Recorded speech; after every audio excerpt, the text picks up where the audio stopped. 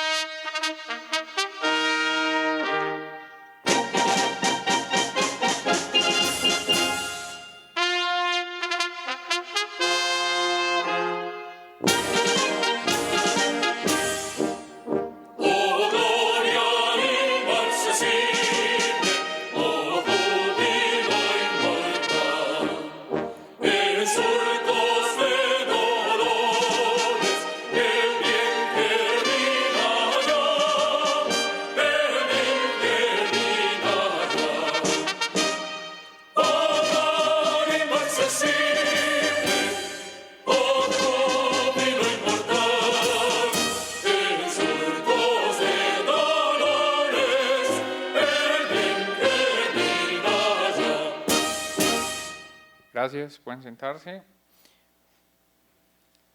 El diplomado de este año de la Cátedra Gerardo Molina, Innovación y Emprendimiento, Grandes Desafíos de la Humanidad, ya ha tocado en las 4 sesiones anteriores el consumidor digital, inclusión y cierre de brechas, comunidades digitales, participación digital para la construcción de paz, responsabilidad y derechos en la 4ª revolución industrial, narrativas digitales, y hoy el tema vida digital, personas, espacios y tecnologías. Y en relación a la vida digital, personas, espacios y tecnologías, un tema de especial interés para el país que tiene que ver con la participación política y los mecanismos pues, de acceso y difusión a una cosa que a veces dejamos de lado, que es el tema de la democracia, que no se puede, por supuesto, dejar de lado. La Cátedra Gerardo Molina se hace gracias al apoyo de la universidad, por supuesto, de la rectoría seccional. Aquí se encuentra el rector seccional siempre acompañándonos, de la Comisión de Regulación de las Comunicaciones, del Gobierno de Colombia y, por supuesto, de nuestros colaboradores internacionales de la Universidad de Guadalajara. Bien, nuestro invitado de hoy, Sebastián Guanume, a quien le damos un saludo especial en nombre de la universidad, de nuestros estudiantes. Sebastián es politólogo de Ruden, de la Universidad Ruden de Rusia, magíster en Planeación Educacional, Economía y Desarrollo Internacional del University College of London, miembro de la Red de Innovación Política de América Latina, becario de Liderazgo X Bogotá, pero además me interesaba mucho que estuviera Sebastián Guanume por todas sus actividades al servicio de la ciudadanía desde su llegada al país, en procesos de innovación, y me parece que es muy interesante para los estudiantes de Derecho y de Ingeniería que escuchen esta conferencia, para luego pasar a la siguiente conferencia que tiene que ver con equidad en la accesibilidad tecnológica. Así que sin más, bienvenido Sebastián, tienes el uso de la palabra, muchas gracias.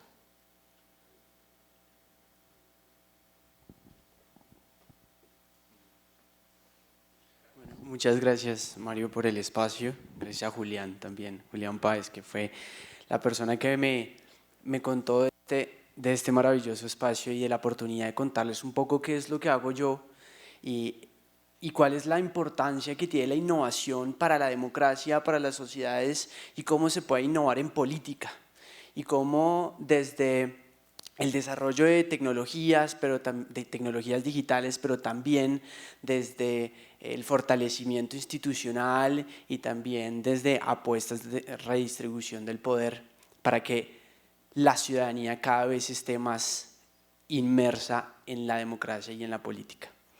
Entonces, me voy a enfocar un poco más en eso, me voy a enfocar más en tecnología, innovación y política, o democracia si así lo quieren. Y bueno, todo esto parte de una premisa y es que la democracia está en crisis, ¿cierto? Entonces vemos que en ninguna elección, salvo la última, la participación subía del 50%. En la última fue alrededor del 61% en las elecciones presidenciales. Pero de ahí para atrás vemos que la ciudadanía no está participando en los espacios formales de participación y algo tan sencillo como es el voto, como es ir a las urnas cada 4 años, pues no está pasando. Resulta que el 70% de los bogotanos no recuerda por cuál concejal votó. ¿Quién de ustedes se acuerda por cuál concejal votó en las últimas elecciones? Levanten la mano. 1, 2, 3, 4, 5. 5 personas de un auditorio, en estos momentos hay alrededor de 50 personas. Ahora, ¿quién de esos 5 que levantaron la mano sabe si salió elegido o no? Solo 4. ¿Ven? Los datos son dicientes. Estos datos están en el barómetro, en el Observatorio de la Democracia de la Universidad de los Andes, y estos son estudios que se hacen constantemente para ver qué relación tiene la ciudadanía con los espacios de toma de decisión. Porque los políticos, las decisiones más importantes de la ciudad, de la vida cotidiana de los ciudadanos, las están tomando los políticos y los ciudadanos no están participando de ellas. La democracia está en crisis, la confianza institucional está alrededor del 30%, según el Barómetro de las Américas. El Barómetro de las Américas hace estudios en toda Latinoamérica de cómo es esa participación y sobre todo la percepción que tiene la ciudadanía de las instituciones. Entonces vemos que alrededor del 25.5% cree que el presidente está haciendo una buena labor. Alrededor del 25.5%, esto es 2016, esto es periodo Juan Manuel Santos. Pero también vemos que hay un 27.7% en justicia y un 24.3% frente a la labor del Congreso. Esto es un indicio de que la gente prefiere ver las instituciones allá, lejanas, que adentrarse en ellas y empezar a tomar las riendas del sector público, del Ejecutivo o del Legislativo, o inclusive hacer también, tener algún tipo de cercanía con la justicia o exigir lo que en algún momento les voy a hablar sobre lo que es la justicia abierta, el Parlamento o Congreso abierto y el gobierno abierto. Entonces vemos que cada vez están más bajas las cifras de percepción frente a la labor de las 3 ramas del poder. La gente no confía en los partidos políticos, alrededor de 56% no confía en los partidos políticos. ¿Quién de ustedes puede decir que hoy es miembro de un partido político? 1, 2, 3, 4. 4 personas. ¿Quién de ustedes puede decir que se siente cercano a una causa animalista? 1, 2, 3, 4, 5, 6, 7, 8, 9. Va aumentando. ¿Por qué lo digo? Ya lo vamos a ver, y es que esta crisis de la democracia, esta crisis de la institucionalidad democrática, ha permitido que la ciudadanía empiece a funcionar de otra manera. Y es, ya no me agremio por partido político, por ideología, pero me empiezo a agremiar por causas. Entonces está el animalismo, está el ambientalismo, está el parche de la bici, están, digamos, un sinfín de causas sociales que están involucrando a la ciudadanía, están sirviendo de mecanismo para que la ciudadanía participe en la política, en la toma de decisiones, en la política viva, ¿cierto? Porque no está confiando en los partidos políticos. El 41% no confía en el Congreso y el 36.5% de la población bogotana colombiana no confía en los consejos municipales ni distritales. ¿Quién de ustedes ha ido al Consejo de Bogotá alguna vez? 2, 3, 4, 5, 6, 7. ¿A qué? ¿A hacer control político? ¿A saludar a algún concejal? Saludar a algún concejal. Perfecto. La ciudadanía no hace uso efectivo de los mecanismos de participación. El único referendo, por ejemplo, en Colombia, que se ha impulsado desde presidencia. Los procesos de revocatoria, por ejemplo, son demasiado costosos en tiempo, en burocracia, pero también en términos políticos, y son demasiado difíciles de llevar a cabo por todas las relaciones de poder que existen, y los ciudadanos pues realmente no pueden acceder a ellos como tal. La crisis está en democracia. Este es un poco porcentaje que confía en las instituciones políticas de 2004 a 2016, dividido en población etaria. Entonces, los jóvenes están alrededor del 60%, los adultos están alrededor del 50%, y adultos mayores creen más en las instituciones. ¿Quiénes son los que más votan? Los adultos mayores, que son los que creen que participando realmente pueden hacer algún tipo de cambio. Hay un descontento general en la ciudadanía joven colombiana y en general en América Latina, que dice, pues yo no participo porque a mí no me representan los gobiernos, porque yo siento que se van a robar la plata, porque hay actos de corrupción. Entonces, alrededor del 60% de los jóvenes en Latinoamérica dicen que que el sistema político de su país no lo representa, y que la mayoría que ellos no participan en política porque su voz no es escuchada. ¿Sí? Entonces, yo tengo unas ideas, yo tengo una percepción de la ciudad, no sé qué, pero no hay un receptor de esa idea, de esa visión, de ese entender la ciudad o entender el país de manera diferente. Esto pues también, el Barómetro de las Américas, un poco muestra cómo la democracia colombiana, que está por acá. El índice de satisfacción con la democracia colombiana es alrededor del 17% en general, que es demasiado bajo.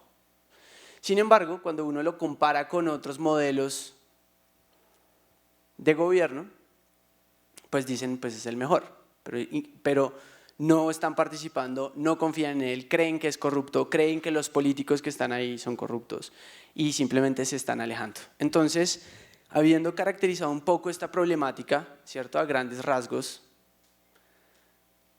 hablamos un poco de innovación. La innovación, la gente usualmente relaciona innovación con tecnologías o con, digamos, grandes inversiones para desarrollo de tecnología y todo esto. Pero en realidad la innovación es algo muy sencillo. ¿Quién sabe qué es esto?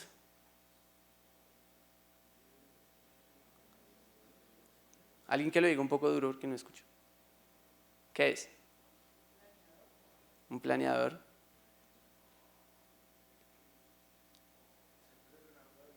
Bocetos de Leonardo da Vinci. Bocetos que más adelante son utilizados por los hermanos Wright para hacer el primer avión, el prototipo del primer avión. Entonces, cuando uno habla de innovación, uno habla de problemas complejos con soluciones que muchas veces son cosas que vienen del pasado, que apelan a la inteligencia colectiva, ¿cierto? Esa inteligencia que viene de hace muchos años, y son herramientas que se adaptan a las necesidades del presente para poder solucionar esas necesidades. Que hoy en día la tecnología es la herramienta que nos tocó a nosotros, pero hace un tiempo era la pala, hace otro tiempo era el Betamax, hace otro tiempo eran los disquetes, hace otro tiempo era el teléfono. Entonces, es un poco como romper esa idea de que la tecnología, o mejor dicho, la innovación va de la mano con grandes tecnologías. Muchas veces algo innovador, por ejemplo, en el sector social o en el sector político, es utilizar una herramienta hace muchos años como es el perifoneo, ¿sí? El perifoneo es una herramienta. La radio muchas veces, cuando uno habla de acceso a la información, claro, uno se imagina las grandes plataformas y todo esto que ya vamos a ver más adelante, pero en muchos escenarios en el país, en la Colombia rural, la mejor innovación es utilizar una herramienta que ya existe, como es la radio, para poder generar algún tipo de redistribución. Ahora, cuando uno habla de innovación en la política, uno habla de varias cosas. Uno es redistribución del poder. Dos es volver las relaciones piramidales cada vez más horizontales, que no haya esos grandes vacíos entre quién posee la información y el conocimiento y cómo se distribuye, y digamos, y la ciudadanía que no lo tiene o cómo se distribuye eso. Pero también estamos hablando de prácticas, herramientas, metodologías que puedan ser replicadas por la ciudadanía en general o por ciertos actores. Entonces, es dejar de centralizar el poder, dejar de centralizar el conocimiento, dejar de centralizar la información y empezar a pasarla a la sociedad y generar esas comunicaciones y generar esos contactos bidireccionales que exigen reciprocidad, sí, y ya lo vamos a ver más adelante, pero que realmente lo que buscan es que haya una redistribución del poder. Entonces, en ese escenario, en esa búsqueda de la innovación, por ejemplo en Islandia, crearon algo que se llama el Parlamento de la Realidad. Y el Parlamento de la Realidad son espacios en Islandia, son espacios como estos, que son abiertos, que son circulares, ¿cierto?, que son horizontales, en los cuales cualquier ciudadano entra, escucha a los demás, participa, delibera, toma decisiones. Estos son casi que consejos municipales dentro de Islandia, digamos, haciendo como el símil. Ahora, esto tiene algo muy interesante y es que el Parlamento de la Realidad en verano y primavera funciona maravillosamente, porque como lo ven ahí, pues es soleado, es tranquilo, los pajaritos, todo. Pero cuando es invierno, entonces ahí se pueden dar las grandes discusiones y los grandes debates, pero cuando es invierno, lleva a que la ciudadanía vaya, participe, pero que lo haga de una manera mucho más eficiente, ¿cierto? Y eso pues tiene que ver con uno cómo maneja los espacios. Esto es un acto innovador, ¿sí? Porque si bien podría ser un escenario cerrado en 4 paredes, un poco como esto, que es la jerarquía, yo tengo el conocimiento, se lo estoy pasando todo y ustedes están escuchando, que es la versión o cómo funcionan los consejos, los parlamentos en general. Esto cambia, redistribuye el poder a través de cómo están ubicadas las sillas, el espacio y cómo se toma la decisión, cómo se delibera. ¿Alguien conoce esto? ¿Qué es? Bueno, es el Parlamento alemán. ¿Alguien alguna vez ha ido al Parlamento alemán? Cuando uno entra, bueno, esto primero lo reconstruyeron porque después de la Segunda Guerra Mundial pues quedó destrozado. Pero cuando lo reconstruyen, piensan en algo muy interesante y es cómo una institución cerrada se puede abrir. Entonces, esto lo ven desde la arquitectura, desde el espacio. Entonces, eso que se ve allá es la cúpula arriba y cualquier ciudadano del mundo puede entrar al Parlamento alemán y puede subir mientras va subiendo, acá, mientras va subiendo las escaleras, abajo ve a los parlamentarios hablar, debatir, crear leyes, hacer política. ¿Y cuál es el concepto detrás de esto? Somos los ciudadanos los que, bueno, uno es la transparencia, entonces no paredes, no ejercicios cerrados, sino ejercicios o espacios que le permitan a los ciudadanos del común ir a ver qué están haciendo sus políticos, sus representantes. Y esto, pues, simplemente estéticamente y espacialmente diciendo los que tienen el poder realmente son los ciudadanos. Ustedes están ahí trabajando para nosotros, nosotros los vigilamos. Ahora, también cuando uno habla de innovación en la democracia y en la política, no solamente se ve desde lo institucional, sino también se ve desde la forma de relacionarse de las sociedades, ¿cierto? Entonces, uno ve que movimientos sociales, ¿alguien sabe qué es el 132? Yo soy 132. ¿No? ¿Nadie? Bueno, el movimiento 132 es un movimiento que en el 2012 nace en México como un acto de protesta a la imposibilidad de tener un debate amplio en las elecciones presidenciales. Porque los candidatos, especialmente Enrique Peña Nieto en ese momento, pues no quería asistir a ningún debate y ningún medio de comunicación dice nada y ningún medio de comunicación convoca, pues tampoco realmente lo presiona para que vaya. Entonces la ciudadanía monta un hashtag, que es un poco lo que vamos a empezar a hablar de cómo esa innovación en el relacionamiento utilizando las tecnologías de manera asertiva puede generar grandes impactos a nivel social. Entonces, la ciudadanía monta este hashtag y empieza a exigirle a los medios de comunicación que hagan un debate.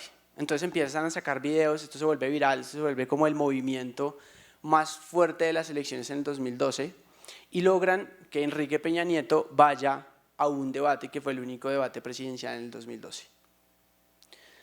Por acá, bueno, por acá tenemos, voy a hablar primero de este, que es el Partido de la Red.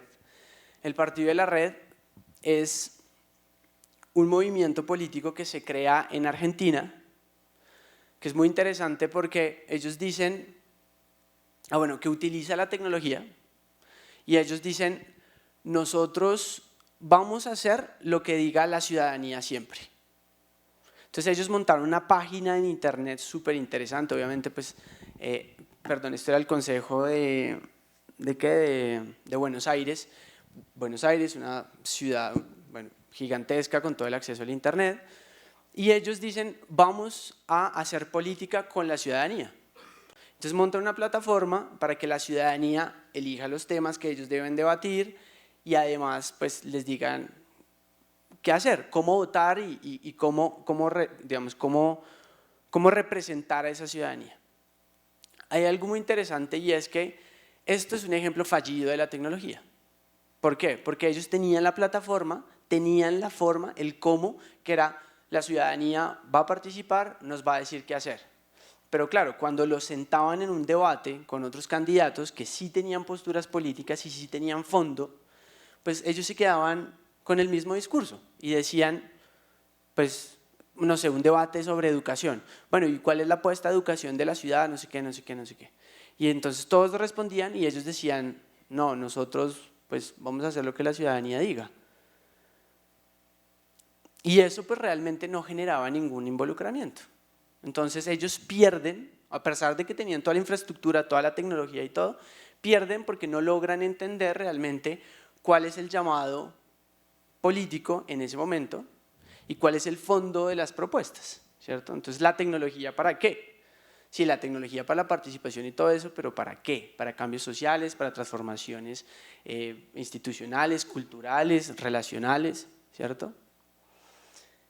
Y el de acá es el 5 de octubre, el movimiento del 5 de octubre, en el cual pues nace Paz a la Calle y nacen todos estos movimientos y colectivos que apuestan a continuar trabajando por la paz. ¿Alguno de ustedes fue a la movilización del 5 de octubre?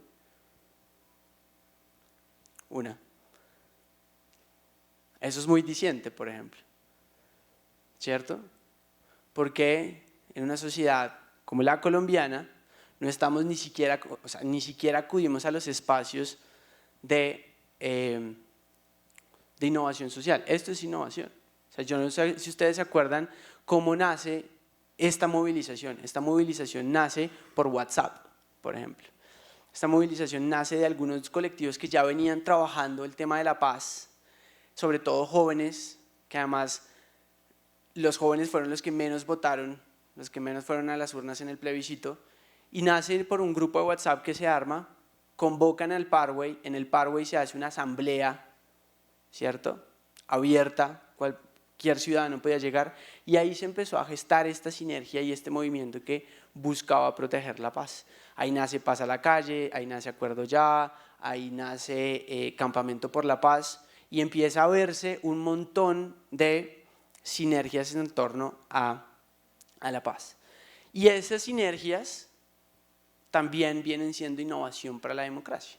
Porque si ustedes empiezan a ver, desde ese momento, desde el 5 de octubre a hoy, la participación política ha aumentado en general.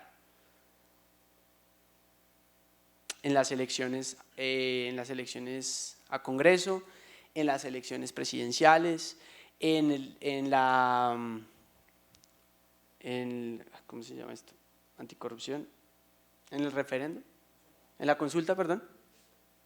En la consulta, entonces uno ve cada vez más gente participando, saliendo a las urnas a movilizarse a raíz de este evento. Bueno, Ana Hazaré es un indio el cual tenía una meta y era combatir la corrupción.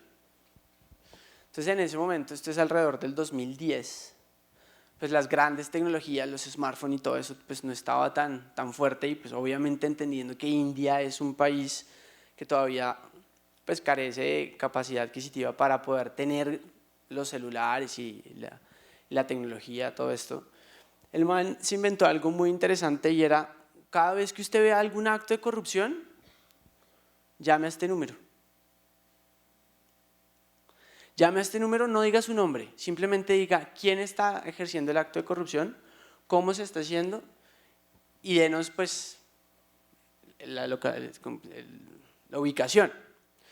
Entonces se armó una brigada para ir a revisar esos casos de corrupción. Esto pues obviamente empezó a crecer de manera absurda, de manera exponencial, y este hombre en 2012 decide lanzarse a la política con el movimiento anticorrupción, y hoy en día es uno de los movimientos más fuertes de la India, que convoca mucha más gente. Obviamente pues también usa una narrativa muy específica que es, digamos, contra la corrupción, y a través de eso mueve, pero aquí el tema es la tecnología. No era una página, nuevamente no era una gran página de internet, sino era una llamada y un mensaje de texto. 35 millones. Perdón. Entonces Ana Hazaré logra movilizar alrededor de 35 millones de ciudadanos con estos mensajes y estas llamadas. Entonces ya no es una movilización que llama a la calle, sino es una movilización, digamos, casi que cultural, a través de una herramienta como el teléfono. Todos somos Khaled Said. ¿Quién de ustedes ha escuchado hablar de la primavera árabe? 2, 3, 4, 5. Entonces, bueno, la primavera árabe, si ustedes lo recuerdan, se forma alrededor del 2011, ¿cierto?, con la muerte de Khaled Said en Egipto. Y algo muy interesante que pasa acá es que todo esto, o sea, digamos, bueno, era un vendedor, no sé qué, llega la policía, le pega, el tipo muere, pero hay una persona que graba eso. Y esa persona lo sube a redes sociales, lo sube a Facebook específicamente, y desde Facebook se empieza a gestar, a crear la primavera árabe. Entonces uno empieza a ver ya que un acto que mucho tiempo atrás hubiera quedado impune, que nadie hubiera visto que hubiera pasado, pues se vuelve viral, lo ven millones de personas, y eso empieza a generar un sentimiento de resistencia frente a la autoridad, que es la autoridad policiva en general. Y a partir de ahí se empieza a mover y a movilizar la ciudadanía en contra del régimen.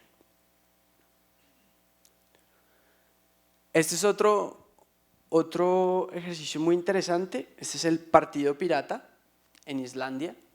El Partido Pirata, digamos, como en varios países nórdicos, crece en la primera década de del 2000, y hoy en día son la fuerza política más poderosa, más potente en Islandia. Y ellos llegan con una idea, y es: vamos a construir la Constitución entre todos y todas, con algo muy interesante que es el concepto de Wikipedia, ¿cierto?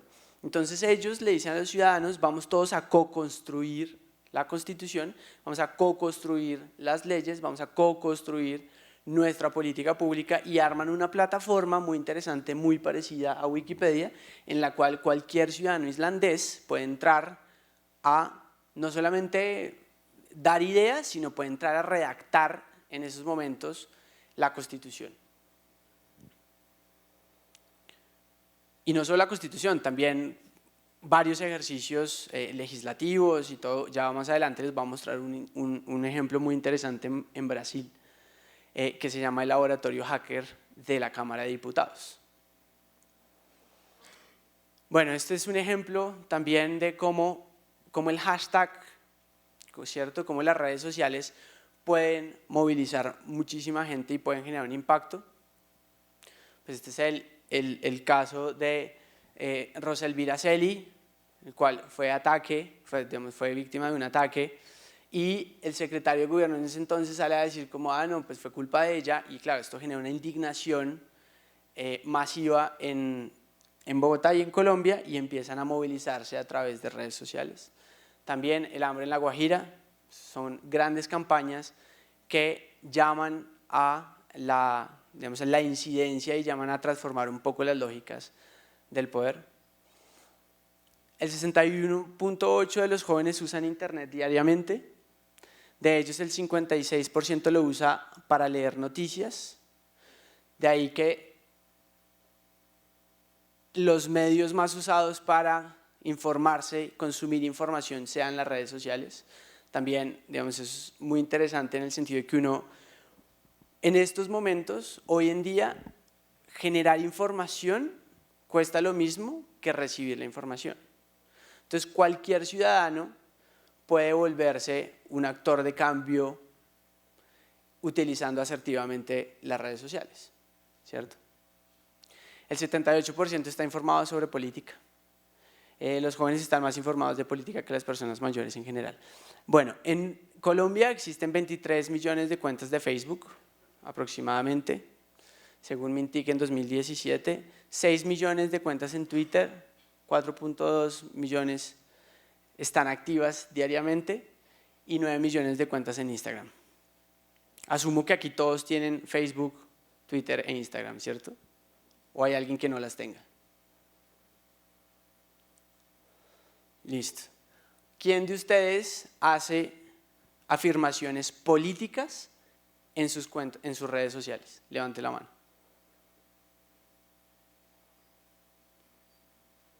Ok, como 8 o 9 personas. ¿Quién de ustedes ha comentado un comentario, digámoslo así, en Facebook o en alguna red social sobre un tema social o político? La gran mayoría. Ok. Esto tiene mucho que ver con esto, y es: las redes sociales y el internet se volvieron un espacio de participación, entre comillas, política, ¿cierto? 34 millones, casi 35 millones de colombianos estaban habilitados para votar el plebiscito. Solamente 13 millones votaron. Pero cuando uno va y mira la participación en redes sociales, 38 millones conversaciones sobre el plebiscito en Colombia entre el 1 de julio y el 20 de septiembre de 2016, 38 millones de comentarios en Facebook y 5.6 millones de comentarios en Twitter. Y uno se empieza a preguntar, ¿por qué si había toda esta gente habilitada y estas grandes conversaciones en redes sociales la gente no salió a votar.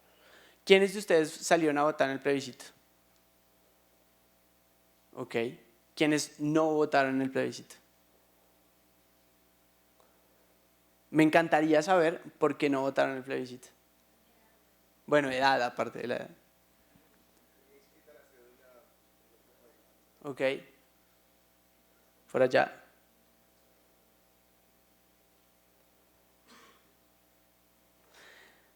Parte de la crisis es esa, ¿no? Parte de la crisis de la democracia es la gente no cree en estos espacios de participación. Mucha gente, nosotros, por ejemplo, estudiamos el tema del plebiscito y mucha gente decía como, no, eso ya, ¿para qué salir a votar si eso ya ganó el sí? ¿Cierto? Entonces ahí uno se empieza a encontrar con los vicios de las redes sociales y de las tecnologías en la política. Entonces uno, por ejemplo, ve, si uno hace un estudio riguroso, esto es Google Trends, del 1 de junio del 2016 al 19 de octubre del 2016, la tendencia era que perdiera el sí. ¿Por qué? Porque la gente entraba a buscar plebiscito y empezaba a buscar temas que estaban relacionados con la campaña del no. Y bueno, en Trump pasa exactamente lo mismo, que es, digamos, ahí nos dan una razón más de por qué la gente no cree mucho en la democracia y en los procesos, y es las encuestas han fallado en los últimos procesos electorales, ¿sí? Entonces, todas las encuestas decían que ganaba Hillary, ganó Trump. Todas las encuestas decían que ganaba el Remain en Brexit, pero al final ganó el Exit, ¿cierto? Aquí en Colombia todas las encuestas daban a que ganaba el plebiscito y eso generó pues un relajamiento ahí en la sociedad que nos llevó a votar. Y también pues eso tiene algo que ver con, le voy a hablar más adelante, pero tiene algo que ver con esto. Y es ese vicio que tienen las redes sociales también y que tiene la tecnología y tiene el internet frente a la democracia. ¿Quién sabe qué son las fake news? Perfecto. ¿Quién de ustedes ha compartido fake news? Seguramente muchos de ustedes, bien, por la sinceridad, seguramente muchos de ustedes. Lo que pasa es que aquí no existe una cultura de verificación de esas noticias, ¿cierto? Pero si uno se pone a identificar, o sea, si uno se pone a ver las noticias falsas están mal escritas, ¿cierto? Tienen títulos muy llamativos, entonces convoca siempre a la gente a, digamos, a compartir el título, pero aquí tenemos un problema y es que en nuestra cultura, nuestra falta de pensamiento crítico no nos lleva a darle clic y realmente a leer la noticia, sino que dejamos ahí, nos conformamos con eso y la compartimos. Pero entonces, esto fue muy interesante porque las fake news van de la mano con algo que es la segmentación de audiencias. Y eso tiene mucho que ver con los procesos políticos porque tanto la campaña del no como el Brexit como Trump segmentaron muy bien sus audiencias. Eso se puede hacer a través de Facebook, de Twitter, de Instagram. Cuando uno tiene bien segmentadas las audiencias, uno sabe qué ofrecerles a esas audiencias. Entonces, claro, cuando uno segmenta, por ejemplo, el sector de los taxistas y uno empieza a ver, ¿cierto? Entonces, uno empieza a ver que la comunicación política direccionada tiene muchísimo más impacto. Entonces, ¿qué le decían a los taxistas?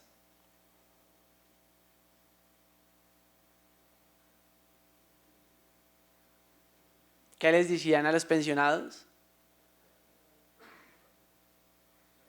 ¿Qué les decían? O sea, cuando uno se empieza a unir todos esos puntos de la narrativa, de esa narrativa que se creó en redes sociales, de ese miedo frente a los acuerdos, frente al proceso de paz y todo, pues uno empieza a ver esto. Esto es exactamente lo mismo que pasaba en el Brexit en el Reino Unido. Y es, la mayoría de la gente que votó por el salirse de la Unión Europea era gente de poblaciones rurales que estaban muy bien segmentadas, ¿cierto? porque les decían como van a llegar cada vez más migrantes europeos, pero además les van a quitar los trabajos, pero además todo esto. Y esto eran, digamos, eran cadenas de WhatsApp y eran burbujas en redes sociales que lo que hacían era atomizar el ecosistema en redes sociales del ciudadano y no le permitían dialogar con otras visiones. Pero también pasa algo muy interesante, que son el astroturfing. Entonces, el astroturfing, digamos, las redes sociales, perdón, las fake news son estas noticias falsas, que es contenido falso. Pero lo interesante que pasa con las noticias falsas es el eco que genera, ¿cierto? Entonces, el astroturfing es cómo se crea un falso consenso sobre una noticia, sobre un hecho, sobre algo específico. Entonces ahí uno ve, por ejemplo, no sé, uno ve un político como Petro, o como Álvaro Uribe, o como Claudia López, o como cualquier monstruo en redes sociales de estos políticos que hay, publicar como si fuera verdadera una información que no ha sido verificada, y eso genera que la sociedad lo asimile como si fuera verdadero. ¿Por qué? Porque el político es un referente de autoridad, ¿cierto? Y ese referente de autoridad, pues yo no lo cuestiono porque, pues, él sabe lo que está diciendo y todo esto. Ahora, políticamente se está usando el astroturfing y las noticias falsas para objetivos electorales. Entonces, parte de lo que uno también tiene que pensar en este ejercicio es cuál es la ética o cuál es la normatividad de la tecnología en campañas, por ejemplo. ¿Alguno de ustedes sabe cuánta plata se gasta una campaña en pauta en Facebook? Nadie lo sabe. Y realmente nadie lo sabe, porque además los partidos no lo publican. ¿Quién de ustedes sabe qué es un bot? 2, 3 personas, 4, 5, 6 personas. Bueno, los bots son usados mucho en la política porque son los que generan esa interacción y son los que permiten crear esos falsos consensos. Entonces, si yo creo, no sé, 1 millón de bots y los afilio a mi cuenta, cada vez que yo quiera atacar a alguien, ya tengo 1 millón de ataques a esa persona y eso pues ya se vuelve una masa y se vuelve viral. Entonces, hay un montón de cosas muy interesantes. Hay acoso también, el ciberacoso, digamos, las amenazas también en redes sociales, los discursos de odio. También hay algo muy interesante que son el social listening. El social listening es un análisis que mide la temperatura de los diálogos o de las conversaciones en internet, en redes sociales, que determinan relacionadas a un tema específico, ¿cierto? Entonces, por ejemplo, no sé, ¿cuál es la palabra más relacionada con Uribe en redes sociales? Paramilitar. ¿Cuál es la palabra más asociada a las FARC? Terroristas. ¿Cuál es la palabra más asociada a Petro? Guerrillero. ¿Sí? Y eso va midiendo cuáles son esos consensos y cuáles son esos imaginarios que se van creando en las redes sociales.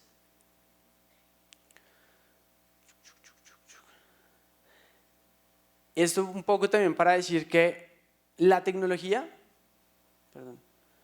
es solamente una herramienta y la tecnología realmente lo que hace es potenciar lo que nosotros somos como sociedad.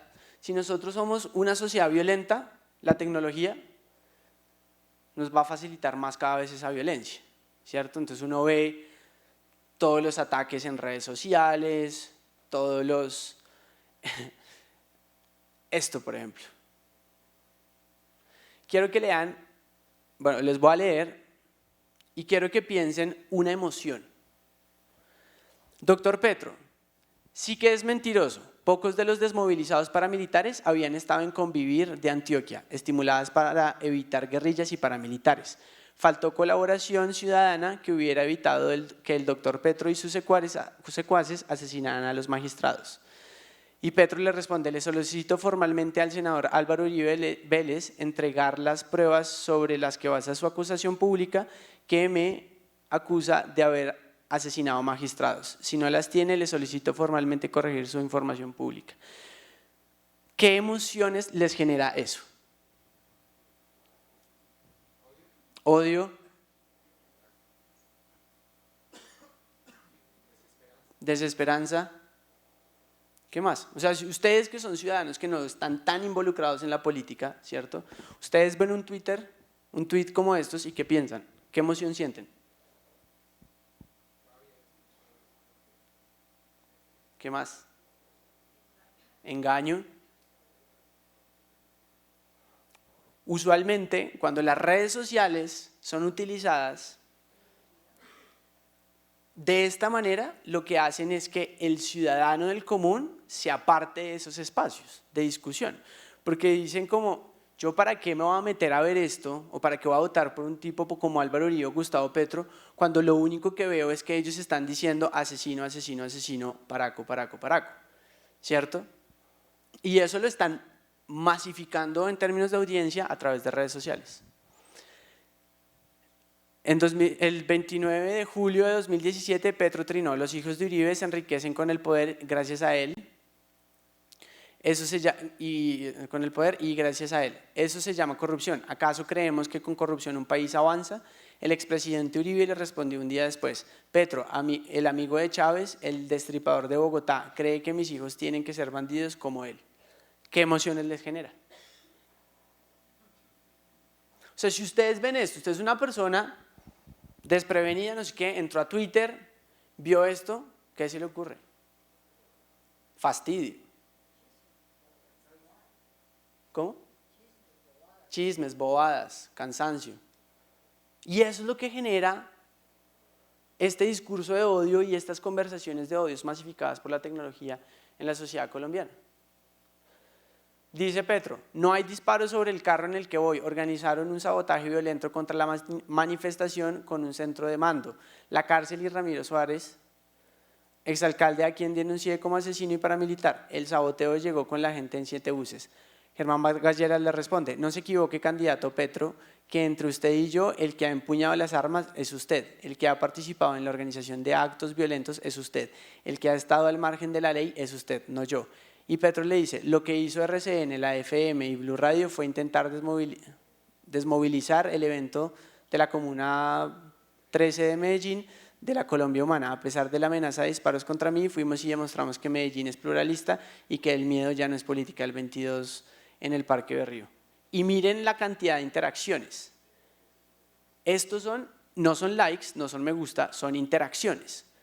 La interacción es un comentario. 13.000 interacciones, 8.000 interacciones, 12.000 interacciones. Claro, si uno se va y mira qué es lo que dice la gente en estos trinos, pues hay una carga de odio increíble. Y eso es una representación de lo que somos como sociedad, masificada por la tecnología. El doctor Petro quebró a Bogotá, 50.000 nuevos burócratas, y una de las multas que ha pagado de la ciudad vale 95.000 millones por corrupción en las basuras, y ahora hace promesas de educación. Le contestaremos qué hizo nuestro gobierno. Claudia Gurizati: la registraduría hizo lo que tenía que hacer. Hizo lo que tenía que hacer, pero Timoshenko, el criminal, creo que para que Timoshenko, el criminal, pueda ser candidato y su víctima, el general Mendieta, no puede ser absolutamente reprochable. Algo está mal, muy mal. Sicario dispara a camioneta de Gustavo Petro en presencia de un policía que nos inmuta. O sea, entienden más o menos a lo que voy con todo este tema de la sociedad en la tecnología se masifica. 7.000 interacciones, 6.000 interacciones, 2.000 interacciones.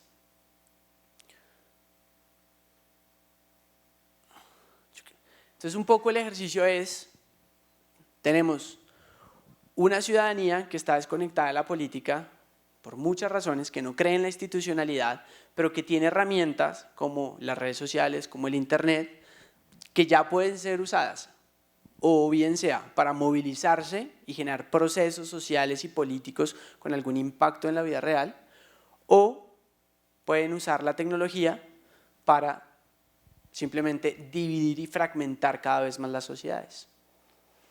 Ahora, la revolución tecnológica requiere de otra ciudadanía. ¿Qué tipo de ciudadanía?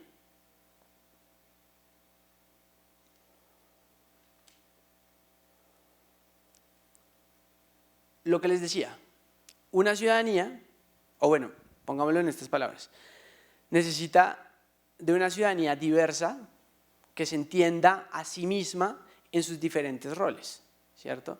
Hoy ya nadie es de izquierda o de derecha, ¿o sí? ¿Quién se considera de derecha o de izquierda? Que levante la mano si alguien se considera de izquierda o de derecha. Hoy en día la gente está cada vez más cercana a la política de los escenarios sociales por emociones a causas específicas, ¿cierto? Y eso es un poco la flexibilidad. Yo soy estudiante y como estudiante defiendo temas de estudiantes, pero cuando soy estudiante y trabajador, entonces defiendo causas de estudiantes y de trabajadores. Pero si soy estudiante mujer, entonces también me pienso el ejercicio de ser estudiante o el ejercicio de ser trabajador como mujer. Pero además, si soy negra, mujer, rural, que viene a estudiar a la ciudad o que trabaja en X o Y, cosa lo que sea, entonces ahí ya empieza a haber como una flexibilidad y se deja de ver la sociedad tan homogeneizada y pasa a verse ya cada vez más segmentada en ese ejercicio. Que la segmentación también puede ser favorable en ese sentido y es, uno puede convocar movimientos sociales como el de la bicicleta, ¿cierto?, para generar procesos de impacto. Y la inmediatez, pues tiene que ver con la tecnología, es que todo lo queremos ya. Entonces, en estos momentos, es una ciudadanía que pues exige contenido muy rápido, exige contenido muy fácil de consumir, exige narrativas muy sencillas de, sí, como de digerir. Es un poco de comunicación política. Les quería mostrar un poco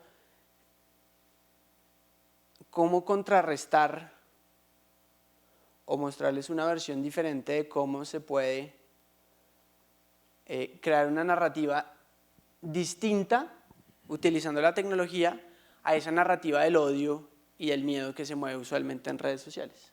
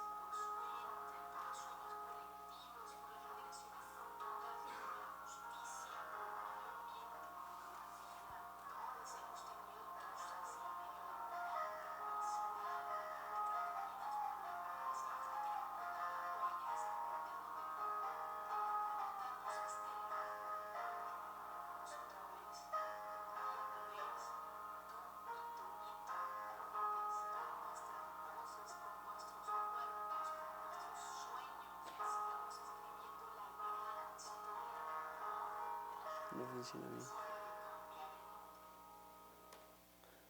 Bueno, este es un poco un ejemplo de cómo cambia la narrativa. Mejor dicho, ¿qué emociones les genera esto? ¿Cómo? Futuro, llamado a la participación, nostalgia, esperanza. Y es un poco cómo mostrar, esperen un segundo.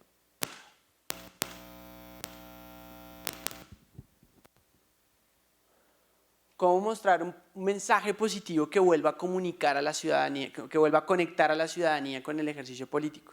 Si uno ve en redes sociales todo ese mundo de odio, de desesperanza, de rabia, de miedo, de todo esto, pues la política siempre va a estar alejada a los ciudadanos, porque la ciudadanía pues realmente no quiere, tiene muchísimos problemas ya como para estar inmersa en eso. Pero si uno genera narrativas como las que les acabo de mostrar. Quando você pensa em política, você pensa em quê? Entonces, los subtítulos están acá arriba. Privilégios, corrupção, distância. Quando você pensa em política, você pensa em quê? Privilégios, corrupção, distanciamento. E daí? Você prefere nem falar no assunto? Você prefere se manter longe mesmo, mas sabe o quê? Você pode até tentar evitar a política. Mas ela é inevitável. Você vive a política todos os dias, em todos os lugares. A política está na sua vida, quer você queira, quer não. Que tal olhar para a política de frente? A gente sacou que não dá mais para ficar no mesmo lugar. A política está na sua casa, No seu trabalho, No seu lazer. No seu transporte. olha a sua volta. não importa se você acorda em Guaianazes ou na Pompeia, a forma como você vai da sua casa até o trabalho é política. O que os alunos comem na escola é política. O bom e o mau uso da água na cidade também é política. Quando as ruas se abrem para o lazer das pessoas, Isso é política. Querendo ou não, as decisões políticas definem muitos aspectos da nossa vida.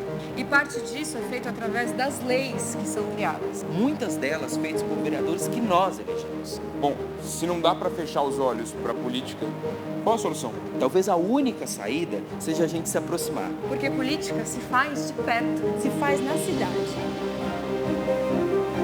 Mas a gente não se vê representado na Câmara dos Vereadores de São Paulo. Vemos mais do mesmo. Vemos repetição. Atualmente eu não me sinto representada nem um pouco. Eles são em 55, só tem 5 mulheres. Se a Câmara Municipal fosse uma pessoa, ela seria um senhor branco, rico, que já está lá há 20 anos. Por isso, nos unimos para apoiar 8 novos vereadores para São Paulo nas eleições de 2016. Todos eles são ativistas, pessoas que há muito tempo defendem diferentes causas na sociedade, candidatos por diferentes partidos. E agora decidiram se candidatar para mudar a cara da representação política da nossa cidade. Porque São Paulo é mais mulher, Mais negra, mais LGBT Mais jovem, mais periférica. e muito mais ativista do que quem nos representa hoje. Então vamos lá. chegou a hora de escolher o seu voto. Chegou a hora de juntar mais gente. E conte para seus amigos. Entre no site, conheça as propostas, escolha a sua causa. e no dia 2 de outubro, Vote por uma bancada ativista. só de dentro a gente consegue mudar as regras do jogo.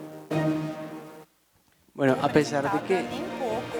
Eles são em 55, só tem 5 mulheres. a pesar de que esto es pues, marketing político y es un video que lo utilizaron en Brasil, un movimiento político que se llama Bancada Activista, que es muy interesante porque ellos funcionan de una manera digamos que nunca se había visto, y eso es muy interesante en términos de innovación política, y es el sistema político brasilero es tan cerrado que no permite que emerjan nuevos partidos políticos, ¿cierto? Entonces, ¿qué hicieron ellos? Un grupo de activistas de diferentes causas, porque no se están moviendo por, digamos, las ciudadanías del siglo XXI no se están moviendo por ideologías, sino por causas, dicen, nos vamos a ir a los diferentes partidos políticos que existen, esto es obviamente entre el centro y la izquierda de Brasil, y vamos a jugar desde ahí, vamos a jugar desde los espacios que nos permiten poner esas causas en los espacios de toma de decisión, en el Consejo, esto es para el Consejo de Sao Paulo, y vamos a trabajar desde ahí, pero vamos todos y todas como activistas, como una gran bancada, a llegar allá. Resulta que ellos de esa manera logran sacar 2 concejales y hoy, en este momento, tienen un representante en la Cámara de Diputados del Parlamento, del Congreso Brasilero. Y es un poco cómo mostrar esa diversidad, cómo mostrar esas nuevas ciudadanías, cómo mostrar esa movilización social, movilización ciudadana en escenarios de redes sociales, de internet, que permitan masificar una emoción positiva frente a la política, ¿cierto? Entonces ahí hay ahí hay como un gran reto. Ahora, les quiero mostrar un par de herramientas, o bueno, unas cuantas herramientas tecnológicas que se han desarrollado desde tanto sociedad civil como desde gobiernos para poder que la ciudadanía pueda participar en los espacios de toma de decisión, ¿cierto? Del Consejo, de los congresos, del Ejecutivo, y poder mejorar, pues, uno, la percepción que tiene la sociedad en general de las instituciones, pero para poder cambiar ese paradigma que existe entre la democracia intermitente, que es esta que cada 4 años nos convoca a votar o a participar en estos espacios, a una que sea permanente, y es que le diga al ciudadano: las decisiones más importantes no las deberían estar tomando solamente los políticos, sino que las deberían estar tomando ustedes.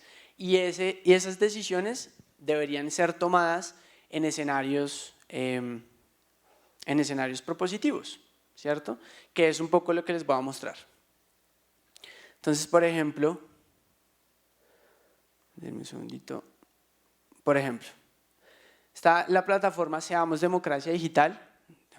Yo trabajé 1 año y medio en esta plataforma, y lo que busca esta plataforma era conectar a los ciudadanos, ¿cierto?, con los concejales, y decirle a los concejales que le hicieran un poco de caso a la ciudadanía y pusieran, mejor dicho, 1, que se comprometieran con la plataforma, y 2, que pusieran a disposición ciertos temas a la ciudadanía. Entonces, por ejemplo, nosotros tuvimos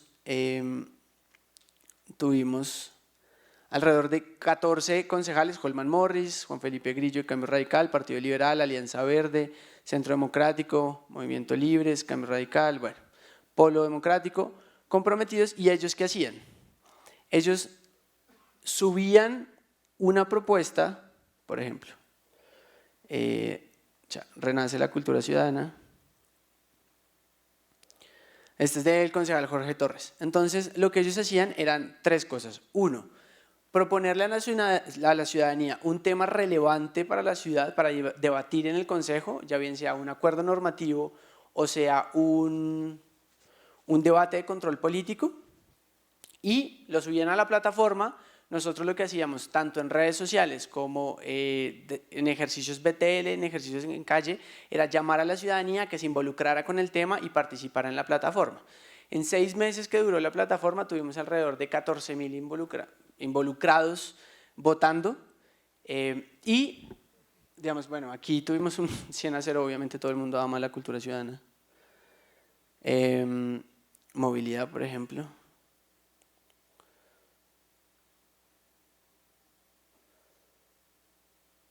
Por ejemplo, esta de Holman Morris: ¿quieres que el distrito rinda cuentas y explique cómo se financiará el metro? Entonces, era un poco como mostrarle a la ciudadanía que la participación sí tiene algún tipo de incidencia, porque obviamente pues nosotros nos tocaba ir a hablar con los concejales, con sus equipos de trabajo, y en el 98% de los casos los concejales adoptaban la votación que diera la ciudadanía. Ahora, hubo uno muy interesante que fue Ángela Garzón, puso a disposición su voto sobre el cupo de endeudamiento de la ciudad, y lo puso a disposición de la ciudadanía durante más o menos 2 semanas. Iba ganando el sí frente a la ponencia, y durante el fin de semana anterior, y ella iba a votar sí, no sé qué, y durante el fin de semana anterior a la ponencia, la ciudadanía vota, cambia estuvo siempre muy reñido, cambia la votación, queda no, y ella termina votando no al cupo de endeudamiento. Y eso pues es muy diciente, porque eso al final lo que dice es: ciudadano, usted sí participa, sí está incidiendo y sí está tomando decisiones, y sí le están haciendo caso a los políticos. Ahora, esto también lo hacíamos con un ejercicio de pedagogía, porque obviamente pues la mayoría de ciudadanos no tiene idea de qué es un cupo de endeudamiento, la mayoría de ciudadanos no sabe cómo funciona un proceso un proceso para tener un metro o para tener una troncal de Transmilenio o lo que sea. Entonces lo que nosotros hacíamos era ir a hablar con la ciudadanía, ir a hablar con expertos, y a través de las redes sociales mostrarle a la ciudadanía cuáles eran esos diferentes puntos tanto a favor como en contra de frente a X o Y tema. Entonces, pues le mostramos a la ciudadanía, participe, tiene incidencia, y además hacíamos un proceso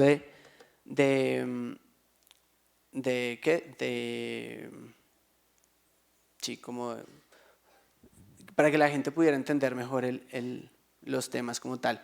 Y esta fue otra plataforma que montamos en elecciones que se llama Si Fuera Presidente. Entonces, Si Fuera Presidente fue muy interesante porque lo hicimos en una alianza con Change.org. ¿Alguien conoce Change.org?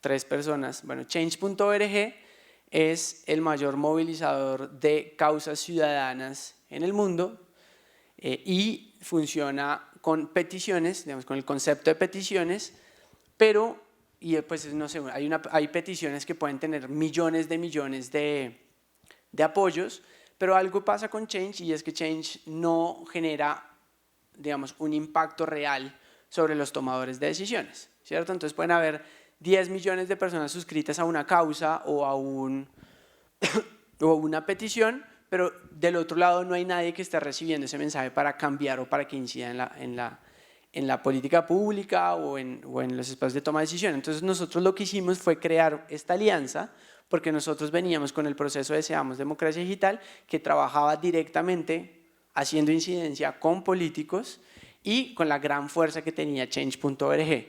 Tuvimos alrededor de 118.525 firmas, tuvimos... bueno, ¿y esto cómo funcionaba? Entonces, lo que pasaba era que ciudadanos y organizaciones de la sociedad civil proponían o hacían propuestas sobre temas muy puntuales y nosotros se las llevábamos a los candidatos. Entonces, Si Fuera Presidente acabaría con el maltrato animal. No, esperen, les digo. Bueno, Si Fuera Presidente, ejecutaría una política de reciclaje incluyente y propositiva.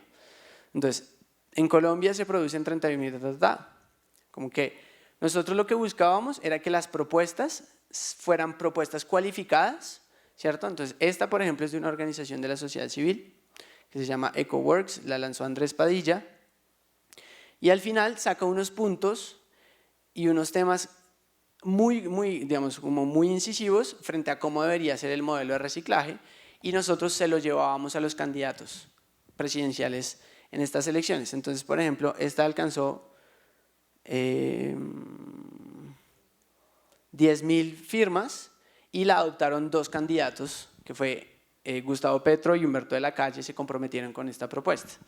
Entonces, nosotros lo que hicimos fue lograr, uno, que se articulara la sociedad civil frente a algunos temas, que hicieran propuestas concretas. 2, ir a dialogar con estos políticos y bajar a los políticos y a sus campañas a dialogar con la sociedad civil. Y 3, traer ciudadanos interesados en ciertos temas a que hicieran propuestas y también que estos candidatos los acogieran estas propuestas. Entonces, cualquier ciudadano podía hacerlo. Nosotros tuvimos una gran limitación, y es que cuando trabajamos con las campañas, pues es muy difícil realmente que las campañas políticas se comprometan con este tipo de ejercicios, porque les generan unos costos extras, ¿cierto? Entonces, ¿qué es? Es destinar a alguien del equipo para que esté en contacto con los ciudadanos, esté también pendiente de la plataforma y genere ese diálogo con la ciudadanía, que aunque es muy importante, pues a ellos les genera un costo bastante alto. Entonces eso fue una limitación, y digamos, eso nos llevó a que solamente 2 candidatos se sumaran, que fue Gustavo Petro y Humberto de la Calle, pero pues no tuvimos ni a Duque ni a Vargas Lleras. Fajardo nos decía como, sí, yo me voy a subir, conéctense con tal persona, con tal otra, pero pues realmente nunca hizo el ejercicio real de trabajar con nosotros en la parte técnica para poder vincular las propuestas. Entonces pues se quedó corto el ejercicio, pero pues muestra la posibilidad que tiene la sociedad civil organizada, que tienen los ciudadanos a través de causas, a través de causas muy puntuales, generar un impacto en las campañas políticas y en los espacios de toma de decisión. Ahora les quiero mostrar otro que se llama Wikilegis, para que lo revisen, también es muy interesante. Aquí no hay nada como esto todavía, pero Wikilegis nace en la el laboratorio hacker de la Cámara de Diputados de Brasil. Entonces, en este laboratorio se creó una herramienta que se llama Wikilegis, entre otras muchas, para que la ciudadanía, cualquier ciudadano como ustedes, puedan entrar, revisar los proyectos de ley y los puedan comentar, ¿cierto? Entonces, hay uno muy interesante que es sobre la legalización de la marihuana y es como el que más comentarios tiene. Pero entonces la ciudadanía puede comentar, puede brindar mayor información, puede poner sí, como papers y artículos y cosas para que los legisladores puedan verlos y puedan también adaptar eso, pero ellos pueden también hacer sugerencias sobre el texto, específicamente sobre contenido o sobre forma o sobre cualquier cosa. Y lo interesante es que los legisladores cogen los equipos de los legisladores cogen esas propuestas o esos cambios que le formula la ciudadanía a la ley y la adoptan, pues adoptan ciertas cosas, obviamente no mucho. Y algo muy interesante que hacen ellos, que es supremamente clave cuando uno está trabajando en que la ciudadanía se conecte cada vez más con la política, y es darle una respuesta, ¿cierto? Muchas veces lo que sucede es que la ciudadanía participa, pero no le cuentan cuál fue el impacto de su participación. Entonces, cuando uno le devuelve a ellos la información y le dice como, bueno, el comentario que usted hizo en la ley de legalización de la marihuana, en el artículo tal, no sé qué, fue adoptada y ahora usted hace parte de esta ley. Usted es uno de los, sí, como de los ciudadanos que le aportó a la ley y le dan una distinción. Entonces, eso genera unos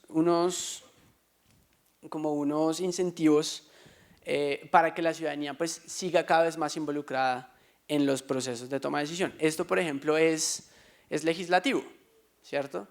Que usualmente, ya les voy a mostrar, lo que sucede es que estos ejercicios de participación ciudadana con incidencia se hacen desde el Ejecutivo. Pero entonces, bueno, ahí este tiene 14 sugerencias, este tiene 10 sugerencias, 28 sugerencias, 3, 95, participación, ¿qué es esto? Bueno, no tengo muy claro. Licencias ambientales, 24.114, bueno, ¿sí? Aunque uno quisiera que esa participación fuera masiva, o sea, muchas veces lo que les decía ahora con las redes sociales es que la gente cree que está participando realmente en política usando las redes, ¿cierto? Como haciendo un tweet o un comentario y todo eso, y eso puede decir que sí es participación, pero realmente la participación con incidencia en los espacios de toma de decisión se debería dar en estos espacios. Y son espacios que son subutilizados, que siguen siendo subutilizados. Ahora, podemos ver también, la plataforma de Sí de Madrid, también es muy interesante, que es una plataforma que montan, bueno, funciona con, todo esto es código abierto, que le permite pues a cualquier ciudadano trabajarlo, retrabajarlo y adaptarlo a las necesidades que tenga. Y esto es un programa que se llama Cónsul, que es desarrollado por unos hackers españoles, y estos hackers se lo dan a la alcaldesa de Madrid, a Carmena, y le dicen utilícelo para hacer sus propuestas, pues no solo sus propuestas, sino ya su ejercicio de gobierno.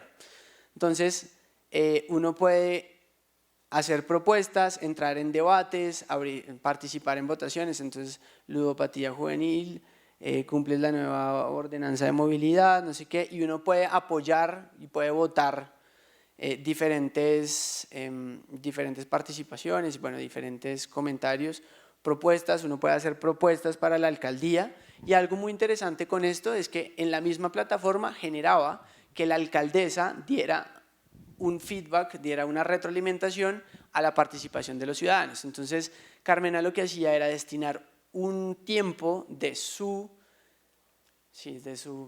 día, bueno, no sé, como pongámosle 3 horas cada semana para contestar estos mensajes y decirle a la ciudadanía, listo, muchas gracias, no sé qué, estamos evaluando esto, y eso lo que llevaba era que la gente hiciera más propuestas y participará pues más en los procesos y en los debates.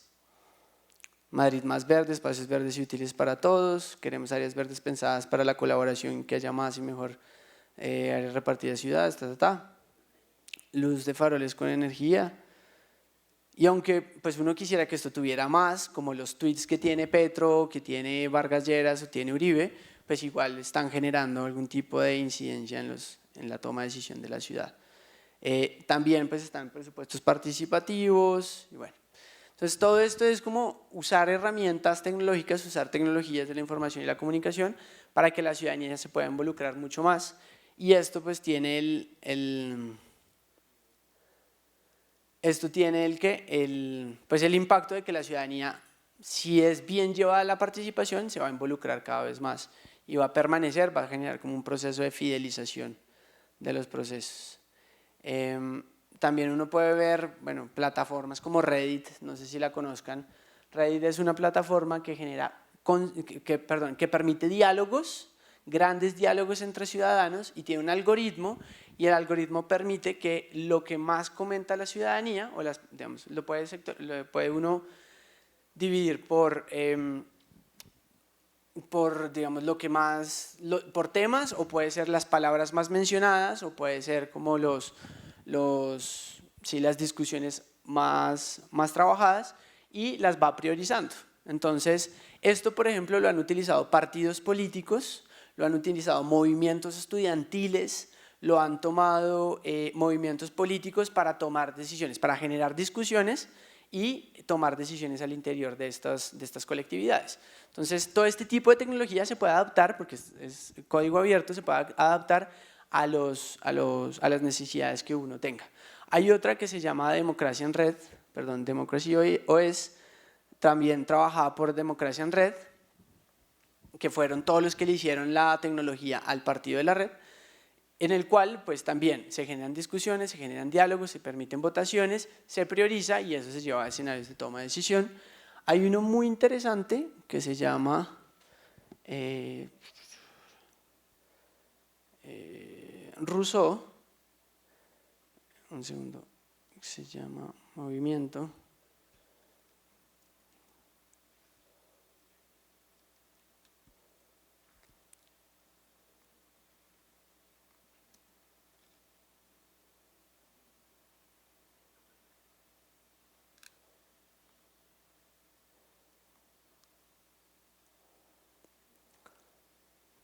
Bueno, esta plataforma, que se llama Rousseau, es una plataforma que usa el movimiento político 5 Stelle o 5 estrellas en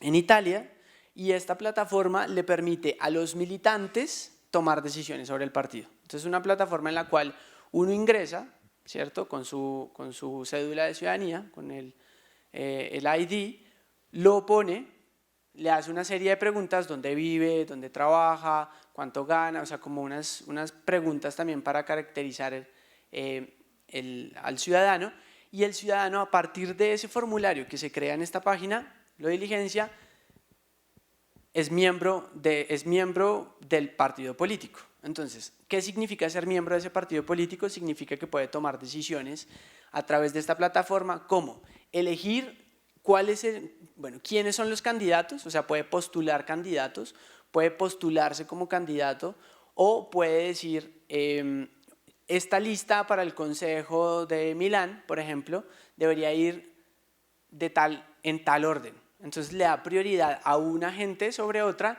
y la lista queda conformada de acuerdo a lo que la ciudadanía dice, y esa lista así queda.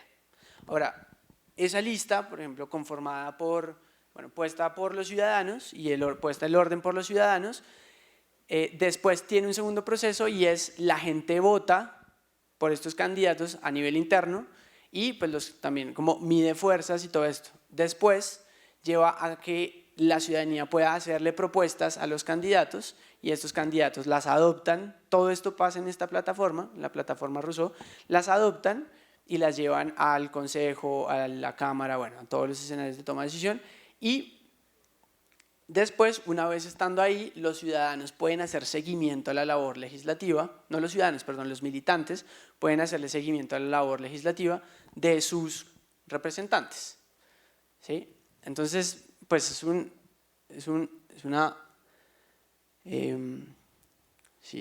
una plataforma que funciona mucho porque pues, le permite, uno, un registro muy específico y caracterizado del electorado de los partidos políticos, pero dos, pone a los ciudadanos en constante diálogo con su partido y con los representantes. Quería mostrarles otro que se llama Gana Nariño.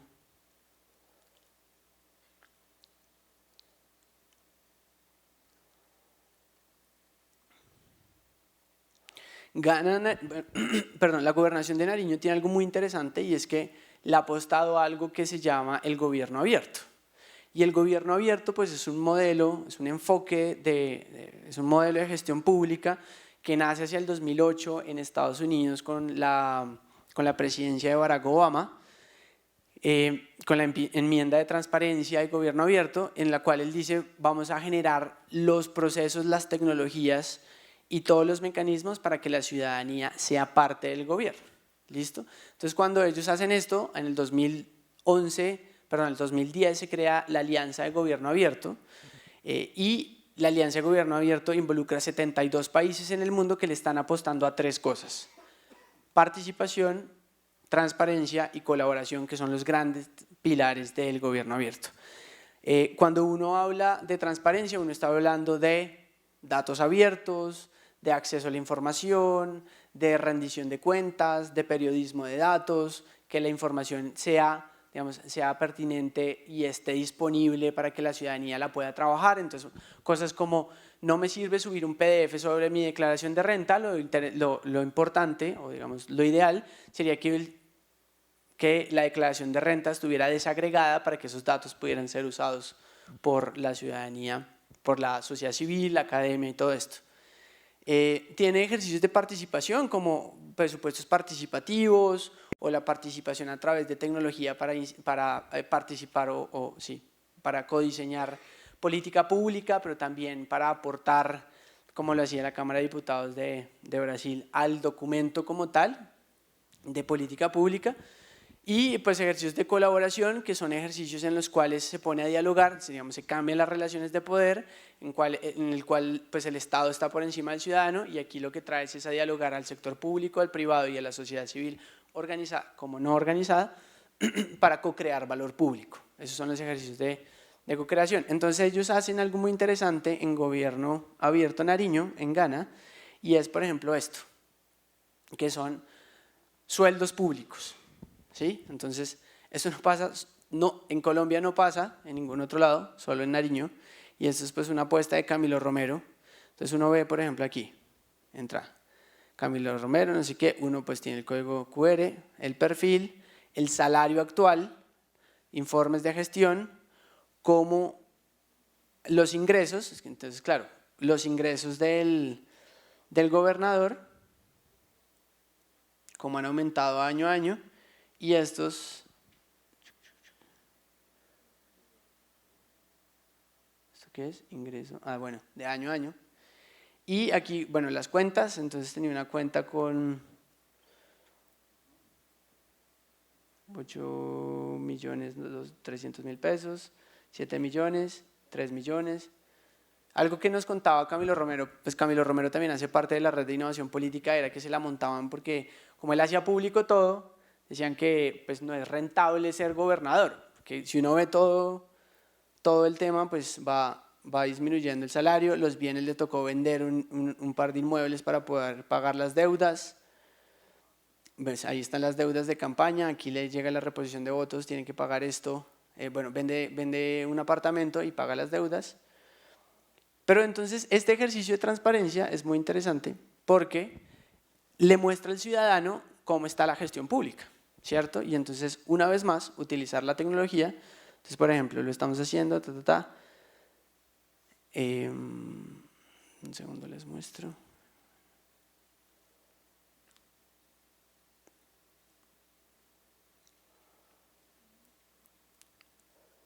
Un segundito, informes de gestión.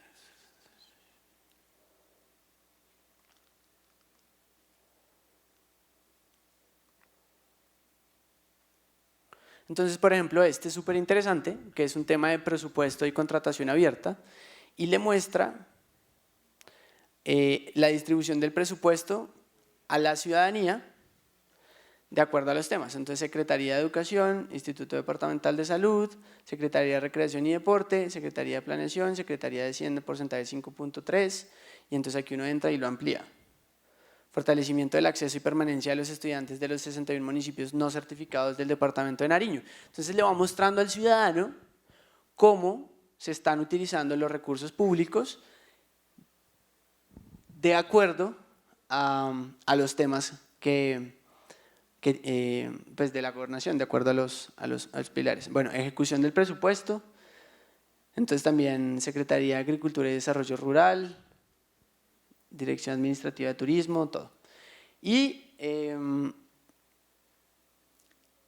ya, esto es un ejercicio básicamente de gobierno abierto, que es, usamos la tecnología para mostrarle a los ciudadanos cómo se está utilizando el dinero, los recursos públicos, y cómo ellos pueden también participar. Hay algo muy interesante, ya les voy a mostrar, y es, Nariño también ha desarrollado una cosa que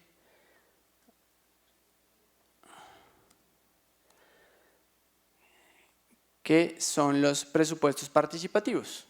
¿Listo? Entonces les voy a mostrar un pequeño video y les explico cómo funciona.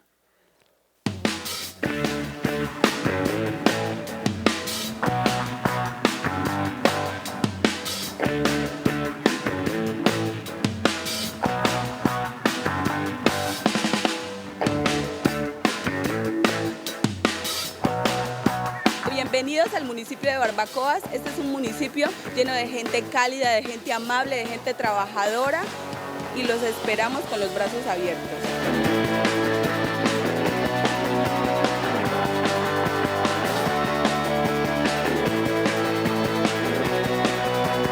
Para nosotros los barbacoanos esto es un hecho histórico, que nos den la oportunidad en una forma democrática de elegir lo que queremos y que prioricemos las necesidades de nuestra región para poder solucionar los múltiples problemas que tenemos en la localidad.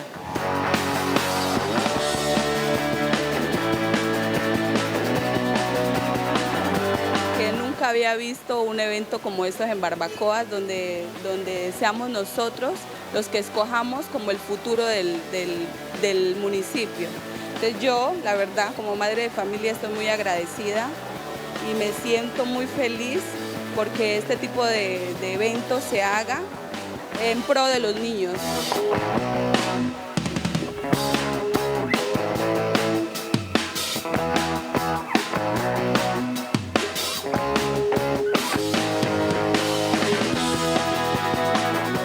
Yo sé que Barbacoa gana. ¿Y gana por qué?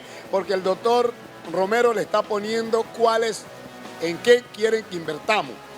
Y los barbacoanos en este momento le estamos diciendo en esta y en esta y en esta obra. Entonces hoy yo estoy muy contento y felicito al gobernador del departamento de Nariño en estos momentos. ¿Por qué?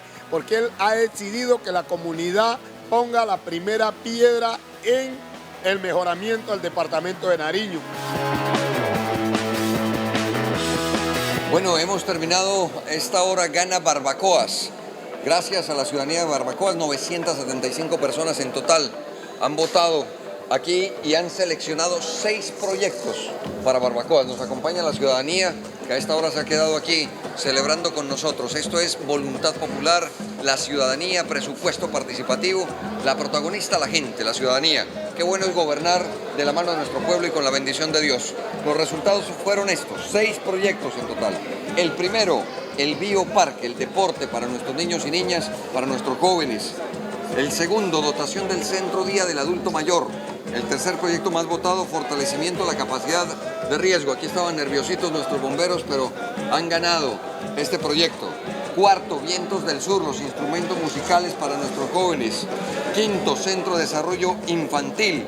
Y sexto, el puesto de salud, al que le faltaban 112 millones de pesos, y el alcalde ha puesto esos recursos para que sea una realidad. 6 proyectos hoy aquí en Barbacoas. Ha quedado claro que ha ganado la voluntad de la ciudadanía. Por encima de la voluntad del alcalde y del gobernador está la voz de nuestro pueblo y de nuestra gente. un poco, a pesar de que es un video institucional y le echan muchas flores a Camilo Romero, lo que busca el proyecto es involucrar a la ciudadanía en la distribución del presupuesto en todo el territorio. Entonces, la gobernación se va municipio por municipio, pero previo a que la gobernación vaya, genera unos diálogos con la ciudadanía y les dice a todos los sectores que hay tanto presupuesto. Entonces, los sectores, como los que acaban de ver, los bomberos, los niños del colegio, el centro médico, los profesores, los comerciantes, todos arman un proyecto, ¿cierto? Y se van, es como hacen una previa, se van casa por casa a promocionarlo, y cuando es el día del evento, ese día del evento, ellos están ahí exponiendo a la ciudadanía su proyecto y tratando de que la ciudadanía invierta en eso. Pero entonces, claro, la ciudadanía, el resto de la ciudad, del municipio, lo que hace es ingresa con su cédula al espacio, no sé si lo vieron, en un espacio azul, como una cancha gigantesca. Entonces entra, da su número de cédula y le dan un dinero simbólico. Y ese dinero simbólico es parte del presupuesto en el cual ellos tienen que ir a escuchar cada uno de los proyectos y apostarle y ponerle dinero, tanto dinero, a los proyectos que quiere priorizar para el municipio. Ahora, eso es muy chévere. ¿Por qué? Porque en la mayoría de los municipios en los cuales se hicieron los presupuestos participativos, hubo más participación en la definición del presupuesto que en las votaciones en general, las de cada 4 años del censo electoral. Entonces, y claro, solo pueden votar los adultos, solamente pueden votar los que tienen cédula, Pero entonces hay una mayor participación de la ciudadanía en los temas de distribución del presupuesto, que son los temas que más le interesan, porque generan conexión, porque son, digamos, es el mismo sector, la misma comunidad, la que hace las propuestas y genera un vínculo con el gobierno. Ahora, aquí utilizan diferentes tipos de tecnología, o sea, no hay que creer que la tecnología es lo digital, sino vieron el megáfono, vieron el espacio cómo estaba construido, la metodología que se usa, todo eso es concepto de innovación para el sector, para la participación ciudadana en la toma de decisiones. Entonces, lo que hacían ellos es, van y cuando van poniendo el dinero, le van registrando a uno de los facilitadores o a varios de los facilitadores que están ahí, que tienen tabletas, tienen iPads o cualquier tipo de tableta, y eso se está registrando en una base de datos tiempo real, y esa base de datos se está proyectando en una visualización de datos, pues para que la gente pueda ver al final qué propuestas ganaron y en cuáles se va a invertir el presupuesto del municipio. Entonces ahí se mezcla tanto lo digital como lo análogo. No sé, digamos, básicamente todo esto se hace para que haya una redistribución del poder, de quién toma las decisiones, cómo se toman las decisiones, que no hayan relaciones tan verticales, sino que la mayoría, pues digamos que el relacionamiento social se dé cada vez más horizontal y que la ciudadanía pueda participar en la política y en la toma de decisiones no cada 4 años, sino que se haga de manera permanente y que lo haga sobre los asuntos que le interesan. Y es un poco pues, el tema de que el poder de la gente es más grande que la gente en el poder y somos los ciudadanos los que deberíamos estar tomando las decisiones más importantes de nuestra cotidianidad. Yo sé que hablé de un montón de cosas, esto es un universo gigantesco, simplemente quería traerles a ustedes ejemplos y herramientas y conceptos que les pueden servir para ahondar cada vez más en estos temas. El conocimiento pues no se queda en una clase nunca, sino pues en la curiosidad de seguir revisando, seguir trabajando. Si alguno de ustedes milita en algún movimiento, en algún partido político o está muy cercano a alguna causa, seguramente toda esta información les puede ser útil. También cómo trabajar con sus compañeros, pueden usar herramientas como Reddit, como, hay un montón, que más adelante si quieren les puedo enviar como un documento como diferentes usos de diferentes plataformas, pero pues la idea es que usen la tecnología no para fragmentar la sociedad o para crear ilusión de participación, sino que la usen realmente para que la ciudadanía pues, esté cada vez más conectada, más cohesionada y pueda pues, generar algún tipo de incidencia. Y ya, pues un poco todo.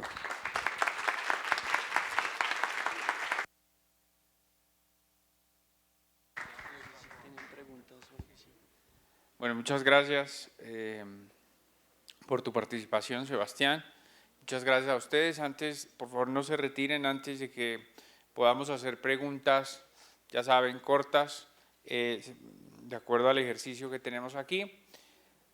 Yo quería hacer la primera pregunta. Esta ha sido una duda que me ha surgido siempre del uso de estas plataformas de participación, y es que, como tú lo mencionaste al comienzo, hay un peligro potencial cuando se habla de participación que tiene que ver con las emociones políticas.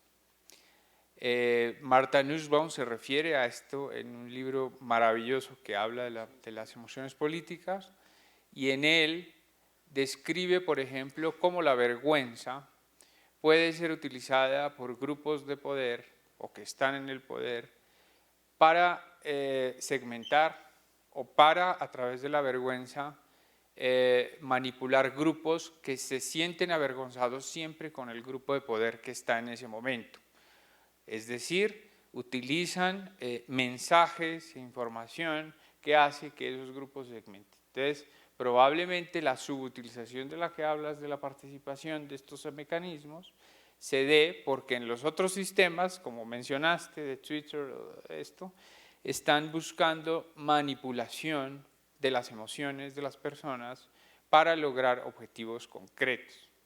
Entonces, eso es muy bueno cuando hay un objetivo bueno, porque tu mensaje es muy optimista, pero hay también gente que utiliza esto para utilizar hacia propósitos muy nocivos, porque hay mucha gente que no conoce, por ejemplo, la historia y el pasado, y por ejemplo el surgimiento de los movimientos neonazis provocan que las emociones se destruyan, digamos, vayan destruyendo el discurso político de la libertad y de la democracia y provoquen mecanismos distintos que ya se han probado no funcionan en el mundo.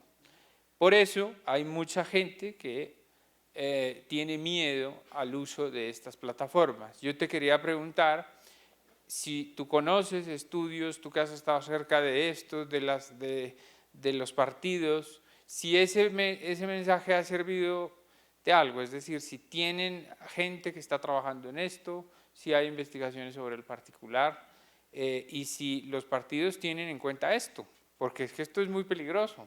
Al final, una emoción política mal traída puede generar cosas muy graves, ya lo hemos visto en la India, en los sistemas de castas, ya lo hemos visto en los sistemas del apartheid, y ahora puede ser un mal que se produzca a través de estos medios. Sí. Bueno, gracias. No, digamos, hay varios temas y es, claro, las emociones políticas pueden ser evocadas para cualquier cosa, ¿sí? Entonces uno ve el surgimiento de grupos como Vox en España que están en contra pues, de la migración y se están cada vez más apelando a los valores tradicionales como la familia, como la homogeneidad en temas de género, como invisibilizar la diversidad y todo esto. Y esos movimientos han venido utilizando la tecnología para generar esos sesgos y generar movimientos pues, cada vez más de derechas. Bolsonaro, por ejemplo, es un ejemplo, ¿cierto? Marine Le Pen en Francia es otro ejemplo, lo que pasó con el Brexit es otro ejemplo. Y, digamos, ahí hay como una gran reflexión, y es hasta qué punto nosotros como sociedad estamos jugando ese juego también, ¿sí? O sea, hasta qué punto nosotros estamos siendo partícipes o le estamos jugando a estas nuevas formas de marketing político, porque eso es puro marketing político. En todas las campañas hay alguien que se dedica a segmentar audiencia, a venderle a cada grupo de interés una versión positiva de algo y una versión negativa de algo para reafirmar X o Y emoción o X o Y pensamiento. Pero pues, digamos, como la primera reflexión es esa, como hasta qué punto nosotros estamos jugando ese juego, ¿no? Hasta qué punto yo le doy like a un comentario incendiario, o hasta qué punto yo comento o dejo de comentar una foto que sé que es falsa o que tiene contenido falso, ¿cierto? Y hay otro debate que es, por ejemplo, en Brasil se hizo algo con relación a eso. Hay una organización que se llama el Instituto Update Politics de Brasil, y ellos lo que hicieron fue reunir a sociedad civil que trabaja temas de tecnología para lanzar un manifiesto que era el no vale todo, ¿cierto? Y el no vale todo era decirle a las campañas políticas: no jueguen con las emociones de los ciudadanos y no usen la tecnología para eso. Entonces no usen los bots para crear falsos consensos que generan odio, generan resentimiento, generan miedo en la sociedad y fracturan la sociedad, sino utilicen otro tipo de herramientas o comunicación estratégica o comunicación asertiva para generar emociones positivas. Porque al fin y al cabo el tema de las emociones negativas lo que genera es mayor costo. Y son estrategias que son supremamente eficientes en términos, efectivas en términos electorales. Pues Trump llegó con un discurso del miedo, del odio, del asco proyectivo, que es lo que llama Martha Nussbaum, de como ese rechazo per se al diferente. Con eso llega Trump, con eso es que gana el Brexit. Entonces un poco como, bueno, la reflexión de qué estamos haciendo nosotros y qué statement estamos teniendo frente a eso. En Brasil está el ejercicio de no vale todo. Y en cuanto a noticias falsas y en cuanto a falsos consensos y todo eso, hay ejercicios muy interesantes. Entonces la silla vacía, por ejemplo, hace fact-checking, que es verificar todas estas cadenas de cadenas de WhatsApp y noticias en Facebook, y cuenta la verdad detrás de esa noticia falsa. Pero también está, por ejemplo, un ejercicio que se llama, una organización que se llama Chicas Poderosas. Chicas Poderosas coge también esas cadenas de WhatsApp, las estudia, ¿cierto? Por ejemplo, mandaron un audio. Yo no sé si ustedes escucharon por ahí en elecciones un audio de una señora que le alquiló un apartamento a unos venezolanos, y los venezolanos se robaron no sé qué. Entonces lo que hacía Chicas Poderosas era coger esa nota de voz y transformarla en una versión positiva y devolver la cadena de WhatsApp para que se viralizara, ¿sí? Entonces era un poco combatir esta desinformación y combatir esta noticia falsa y estos falsos consensos mediante los mecanismos que nos dan las redes sociales para devolver el mensaje con contenido verídico y con emociones positivas. Uno también encuentra ejercicios, digamos, de diferentes organizaciones, inclusive estatales, instituciones como por ejemplo en México, para que también lo revisen. Hubo una iniciativa en estas elecciones que se llamó Verificado 2018. Entonces en Verificado estaba el CNE, que es como, el INE. Sí, el INE, es como el CNE de acá, el que verifica las elecciones y hace como todo el Consejo Nacional Electoral, no, el de allá es el Instituto Nacional Electoral, el INE. Y entonces estaba el INE y se alió con diferentes medios de comunicación para hacer un verificado exhaustivo de todas las noticias que sabían que iban a salir en redes sociales y en WhatsApp durante la campaña. Fueron 3 meses de trabajo súper arduo, y al final pues lo que hicieron fue mitigar un poco el impacto de desinformación en cuanto a noticias falsas, y también hacían análisis de discurso. Entonces hacían como una especie de semáforo de las afirmaciones que decían los políticos o, digamos, diferentes influenciadores en la política y en la sociedad en general, frente a lo que decían y decían, bueno, esto es verdadero, esto no es verdadero, esto es falso, esto no es tan falso, pero tiene algo de verdad. Entonces la ciudadanía cada vez se cualificaba más en términos de información y de capacidad de entender el contexto para poder votar pues, de manera más asertiva. No sé si eso responde un poco a la pregunta, está el ejercicio. Igual hay muchas reflexiones, porque al final la tecnología es un reflejo de lo que somos y eso evoca mucho a la reflexión también personal, ¿sí? Entonces, por ejemplo, a nosotros nunca nos han enseñado cómo tramitar las emociones políticas, nunca. ¿Alguien ha escuchado el concepto de la plebitusa? Bueno, fue eso. O sea, después del plebiscito viene una sensación que es un vacío aquí en el estómago, que es una incapacidad de entender por qué la sociedad votó así y generaba ansiedad y mucha gente lloraba y lloraba durante toda la semana y después pasó lo de el Premio Nobel de Paz de Santos y la gente se confundía cada vez más y todo esto y por algún motivo ese tipo de emociones, aunque no fueron tramitadas asertivamente y conscientemente, llevaron a que la ciudadanía participara más. Y hoy en día la gente recuerda el plebiscito como que puta, no nos, perdón. Como esto no nos puede volver a pasar, hay que salir a las urnas y participar. Entonces eso pasó mucho, por ejemplo, cuando pasó lo de la consulta anticorrupción, la gente salía a votar porque sabía que si salía a votar podía generar un impacto. Entonces es un poco ver eso también, ¿no? No sé, por ejemplo, ¿qué emociones da que a Antanas Mocus le quiten la curul? O que a Ángela María le quiten la curul, o que Petro le diga, que Uribe le diga sicario a Petro, que Petro le diga Paraco, no sé qué. Eso lo que genera es que la gente se vaya alejando cada vez más. O que se acerque a través del odio. ¿Cuántas? Es que ustedes todavía son muy jóvenes, pero ¿en qué semestre están? ¿En todos? ¿Varios? Porque claro, algo que nos pasaba a nosotros y le pasaba a mucha gente con la que yo he hablado del tema del plebiscito era que las familias se fracturaban, se fragmentaban.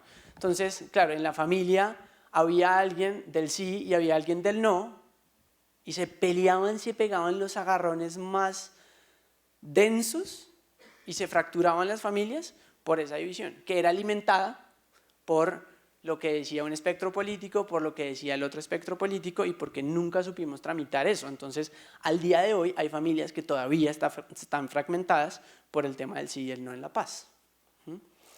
Nosotros hicimos un ejercicio que se llamaba Reconciliémonos y lo que buscaba era, nosotros salíamos a la calle y le preguntábamos a los taxistas, le preguntábamos a los comerciantes, a la gente en la calle en general, les decíamos, bueno, ¿usted está de acuerdo sí o no con esta afirmación? Y le leíamos afirmaciones que eran sobre paz, no sobre el acuerdo, pero sí sobre la paz, y la mayoría de la gente votaba positivamente a lo que generaba, a lo que en ese entonces pues, nosotros poníamos como paz. Y eso nos demostraba que a pesar de las narrativas del sí, el no, del odio, de la soberbia que cada una de ellas manejaron, pues había un consenso social frente a lo que queremos como sociedad, como paz. Ahora, este año sacamos una plataforma que se llama Wikipaz, y Wikipaz lo que busca era, a raíz de esas emociones y todo eso que se generó en el 2016, entender para la sociedad civil no organizada qué es paz y construir una noción colectiva de lo que significa la paz. Pero entonces la paz no es no entendida desde los acuerdos, la paz de Santos, la paz de Uribe, todo esto, sino desde cuál es la canción que se le viene primero a la cabeza cuando usted piensa en paz. ¿Cuál es la primera? Alguien que me diga una canción. Una canción. Imagine, ¿qué más? Bueno, pues nosotros armamos los 14 cañonazos de la paz. Y esos 14 cañonazos de la paz, ya les digo.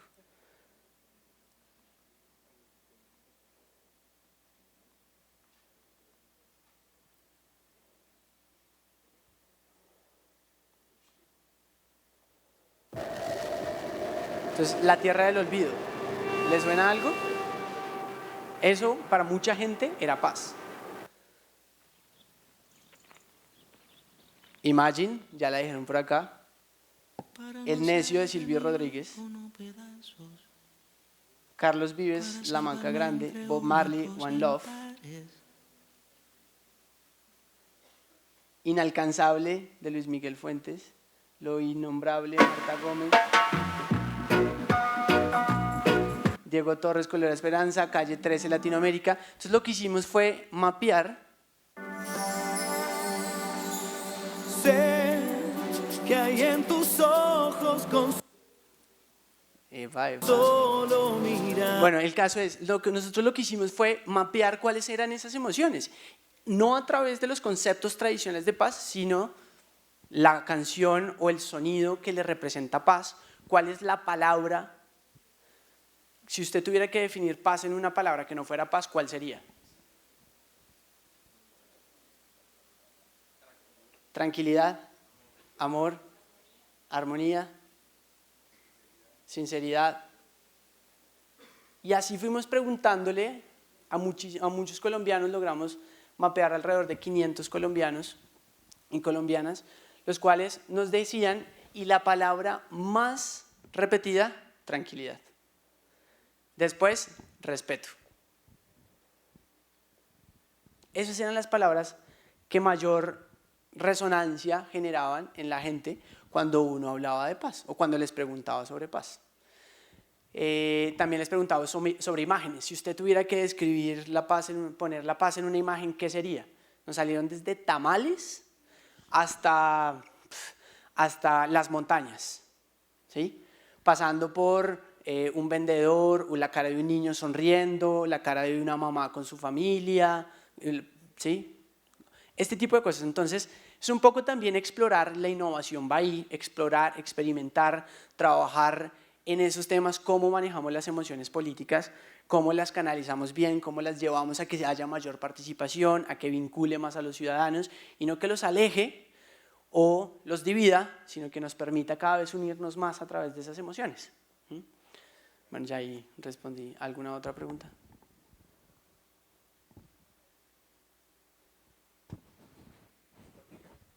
Todas las personas que estamos en el auditorio, buenos días.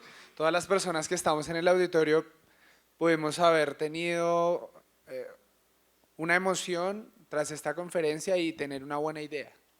Entonces, ¿qué debe hacer una persona de este auditorio que a través de tu conferencia tuvo una idea para hacerla material? ¿Cuáles son esos consejos, ese primer paso? ¿A quién debe contactar? ¿Cómo hacer que esto se vuelva un ejercicio material de democracia digital? Chévere. Uno, cuéntesela al que está al lado. Ese es el primer paso. O sea, el primer paso, si se le viene algo a la cabeza, cuénteselo a alguien.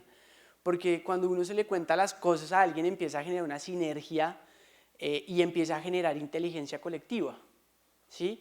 Todos estos procesos, o sea, estas ideas no se le vienen a uno solo en la cabeza. Estos son grandes diálogos, estos son diálogos con el equipo de trabajo, con gente diferente, con gente con la que uno vibra, con gente con la que uno no vibra tanto, pero hay un ejercicio muy importante en contar la idea y generar esa inteligencia colectiva. Uno. Dos, busque estratégicamente con quién puede trabajar esto, ¿sí? Entonces, si usted tiene una idea de cómo, cómo llevar una propuesta al Congreso, ¿sí? Sobre X o Y tema o lo que sea, piense estratégicamente con quién puede trabajar eso. Vea plataformas en internet, sea inquieto, digamos, en eso pues es un tema súper clave, no se quede con lo que sabe o con lo que cree que sabe hoy en día, sino porque además la tecnología va a un ritmo excesivamente rápido, entonces yo ya, mientras estoy hablando aquí, ya hay 1000 plataformas más, 1000 iniciativas más, 1000 ejercicios de innovación democrática y política en el mundo. Entonces, uno, cuente la idea. Dos, sea estratégico a la hora de crear equipo. Tres, sea inquieto. Y cuatro, pues si le interesan estas vueltas, contáctenme. Así de sencillo. Y bueno, hay un montón, por ejemplo, de cosas en internet, de plataformas en código abierto. Pues aquí no son desarrolladores ni programadores, pero seguramente pues aquí en la universidad habrá estudiantes que estén en esta vuelta, entonces traten de generar esas redes con ellos, conectarlos, vender pues como una idea, ¿no? Siempre está más allá de la tecnología, es cuál es la idea de ese impacto, de esa innovación, de ese proceso, de esa transformación. Entonces eso también es clave. Y no se queden solamente con el mundo digital, ese es uno de los grandes aprendizajes. Trabajen en proceso, trabajen en conectar redes, en articular conocimiento, en apelar a lo colectivo, en redistribuir el poder. Yo sé que a veces es muy chévere como figurar y estar en la cabeza de no sé qué, pero realmente los grandes procesos de transformación se dan es de manera colectiva, y hoy las nuevas tendencias en la política y en el mundo social se están dando, y inclusive en el mundo privado se están abogando a lo colectivo. Sí, inclusive hay formas de organizarse como el holacracy, que es una forma de organizarse a nivel institucional, que no es jerárquica, sino que se maneja por núcleos de manera horizontal, entonces permite una articulación de diferentes roles y espacios de toma de decisión al interior de las organizaciones de manera colectiva. Entonces apuéstenle mucho a eso y ya, no sé, sí, un poco ese ejercicio y ya, y cuenten las ideas a las personas. Siempre va a haber alguien que está dispuesto a apoyar y ser parte de un proceso de innovación. ¿Sí? Y ya, gracias.